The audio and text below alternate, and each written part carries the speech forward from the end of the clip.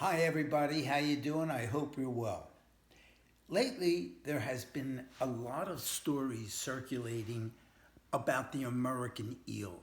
There was a book written in Sweden, there was an article written in the New Yorker, and there was a show on NPR. Well, here's the thing. These experts missed a lot of things. They didn't get it all right. How do I know? Let me tell you. Because in 1976, I was desperate, I was depressed, and I was under an enormous strain.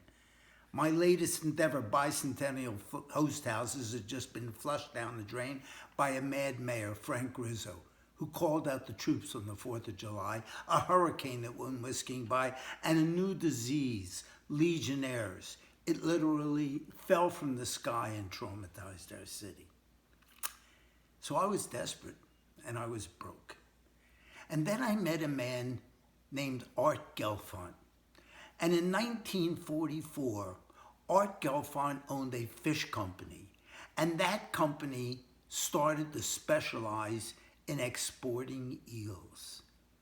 And he once said to me, "Once, and not long ago, I discovered a place where you could go out in a boat the kind that you row and hand dip the eels with an old dip net. Shit, kid, you could get as many eels as you needed to get. A week's worth in a single day. And would you believe all you had to pay was a lousy nickel? Hey, I once bought 100 pounds of eels for a half-eaten kosher pickle."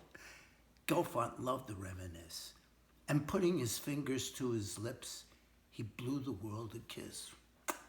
"Yeah, kid, those were the days. And believe me, I'm going to teach you all the various ways to catch these fish. Some guys catch them in pound nets when the eels are on the run. And once, in 1968, they caught so many goddamn ton they nearly broke the bank. But I'll tell you, kid, it's them I got to thank. Those sons of bitches made me rich. They were all 3-4 pounds. Beautiful fish." And that's how it all began.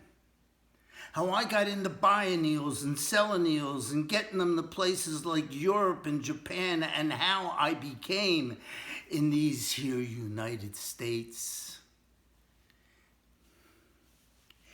the Eelman.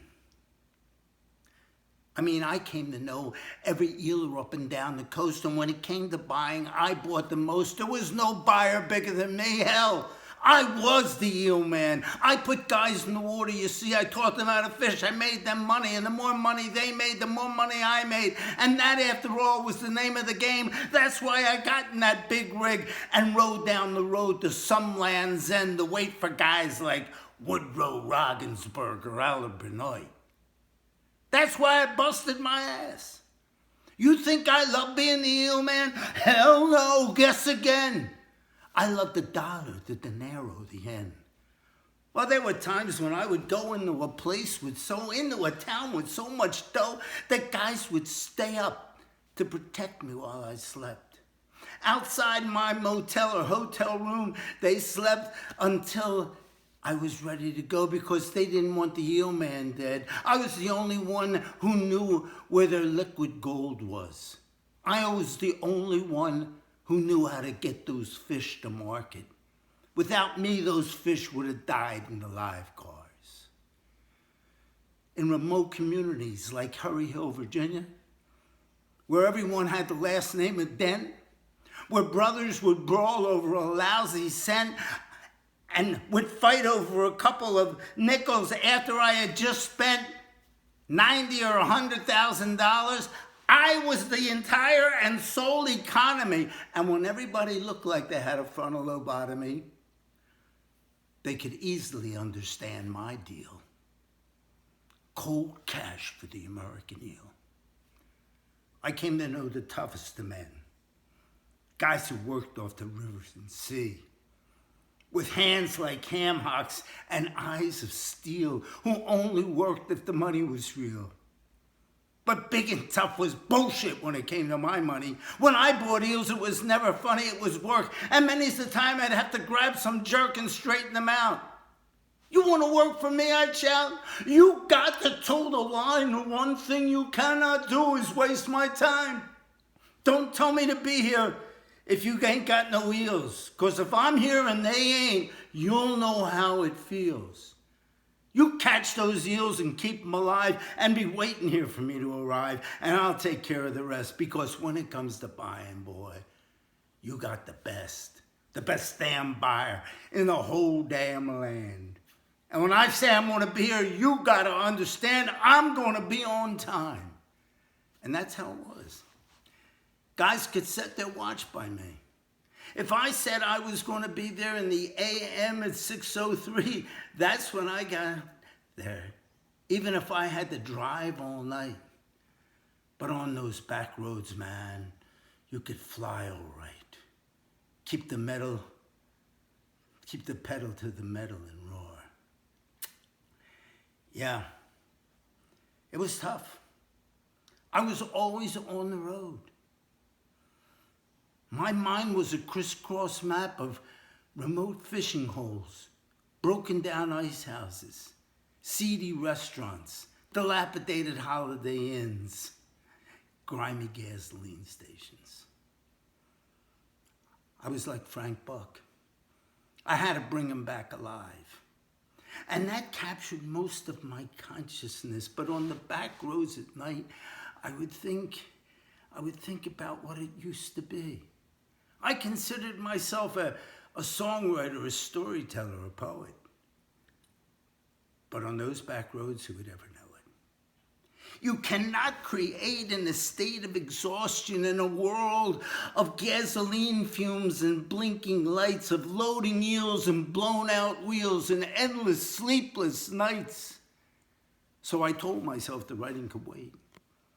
And I threw myself, though it was getting late, into my original plan to make as much money as I could in a hurry so that I could write without a worry. And for the first couple of years, every barrel I lifted got me closer to that day when I would be able to walk away with my personal pot of gold. But then, like bicentennial host houses, things unforetold came upon us. The world was suddenly topsy-turvy. Gasoline went from 25 cents a gallon to $1.25 a gallon. Airfare went from 75 cents a pound to $1.50 a pound. Interest rates went to 22%. The price to fishermen went from 35 cents to $2.95. But most importantly, the big, bold, beautiful eel was getting harder and harder to find. And I knew that I had to go on a search, that I had to look for that mythical body of eels so that we could get eels as much as we wanted. And that's what my book is all about. It's about the eel, and it's about the adventure of finding them. And it's called In Search of Joe Gomez. And it's the Emma's, the real story. Take care. Have a good day.